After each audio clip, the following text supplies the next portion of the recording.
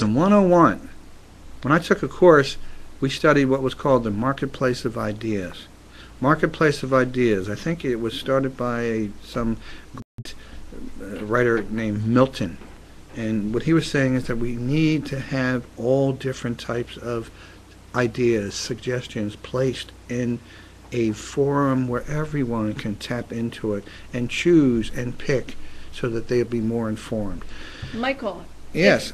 You're saying that the news media has the ability to influence us, and that Every we day. should choose to not watch corporate media, but watch what a kind of non-profit media as you're presenting it.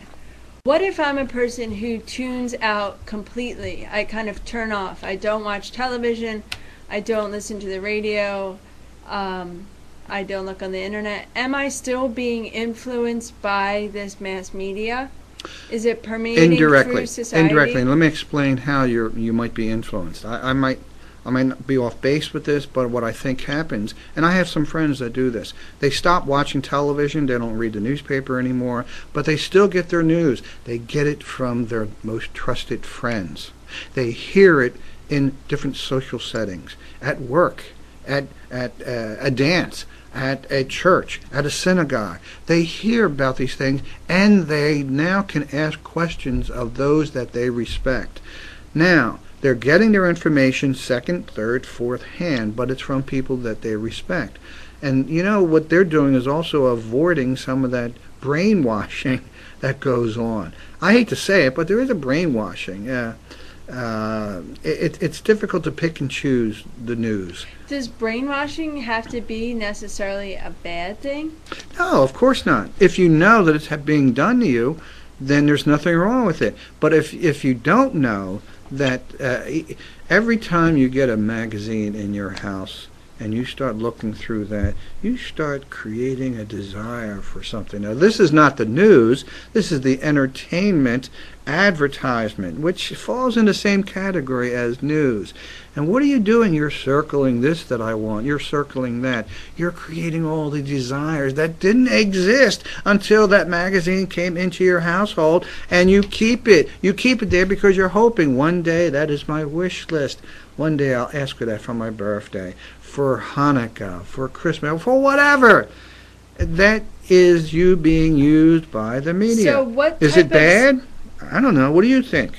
What type of slant do you suggest the media should use while presenting information about the world? When television was first created, everyone thought that this was going to be the best educational tool mankind has ever seen. It was One of our supposed to be viewers for says education. if she will throw away all of Victoria's Secret magazines, will it protect her from buying? I don't know if her husband or boyfriend would be too cooperative with throwing away some of her favorite magazines, Victoria's Secret. Now, look, you're creating your mind is being subject to different stimuli. You don't even have a choice to decide where that stimuli is coming from or how it's going to affect you. You pick up a newspaper and you hit 6, 7, 8 different stories in the beginning. You may not want to know any of them, but they're hitting you over the head. And my suggestion is to try to avoid the type of news media that you don't have input to. You do have input in the internet. Christ, you can write a comment to some things. At least I know I can. I can go and find out my news over the internet.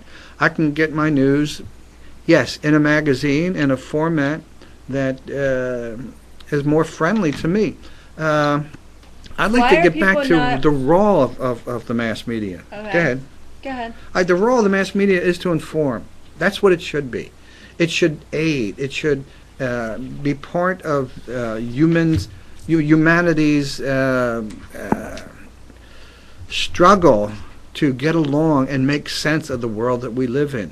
Some entertainment is going to be there. You can't get around that. But why waste all that money, put all that money into nothing but entertainment, wrestling, news, nude shows, all the different violent movies. Is mass media creating a desire and then filling it? Both. Or are they are they attending Listen. to a desire that exists and then filling it?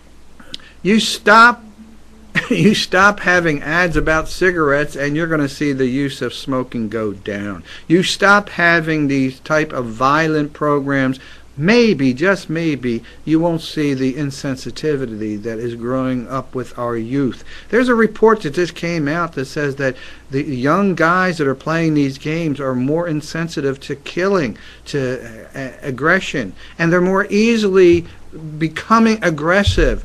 They're becoming desensitized to humanity. So are Now, you again, saying that these are people the games. are free to choose, and that the media conglomerates can kind of depend on them to suck up this information?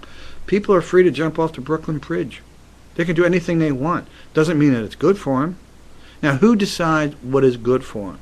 I think we all know deep inside that there's a certain, I don't know, guidelines that we all have. I mean, you look inside of your heart. You look inside of who you really are and what your life is all about, where it should be going. You can make decisions that are beneficial, not only for yourself, but for your family and all of humanity. But you can't if you're always being bombarded by this crap going on around you. The news has a role. They have to inform. But I think they also have to be in the forefront. They have to be leaders. They have to say, this murder occurred. Now, what can possibly be said as to prevent another murder? What can possibly be said about the victim or the victim's family? How can we show compassion while also showing a murder? If not the media conglomerates, then who should control the media? It has to start at the top. There has to be sensitivity. There has to be the owner. The owner has to make it known to the publisher, the editor-in-chief, to the programmer, to the copy editor, the photo editor, whatever you have out there. It should pass it all the way down. Be more sensitive. Be more open. Be more compassionate. Instead of, let's grab the biggest buck that we can by having the biggest violence and the sexiest pictures. Let's have them wanting more and more. So No. are you saying that violence that's in the media perpetrates violence in our world? What do you think? What do you think? If you see violence all around you, you're going to say, well, maybe it ain't so bad. Maybe it's my second nature. Maybe road rage ain't that bad after all, is it? And give a finger or pull a gun on the guy who cuts you off in the lane on the highway, the turnpike of life. Now, we're getting to a point where we have to figure out what we're going to do with the media. We are the media. We can demand certain changes. And I think we can do that by looking at some of the more friendly media that's available. Let me just tell you. What you're saying, what I hear from you, and you can correct me if I'm wrong, is I think the first thesis that's a kind of like friendlier media is getting at this idea that you have that even if the same content is presented, for example, if a murder can be presented in two ways. So it's not the content, it's the slant. Exactly. I hate the word slant, but that's it. Perception, let's say. Let's say it's how it's perceived and how it's presented. Okay, let's use the word slant.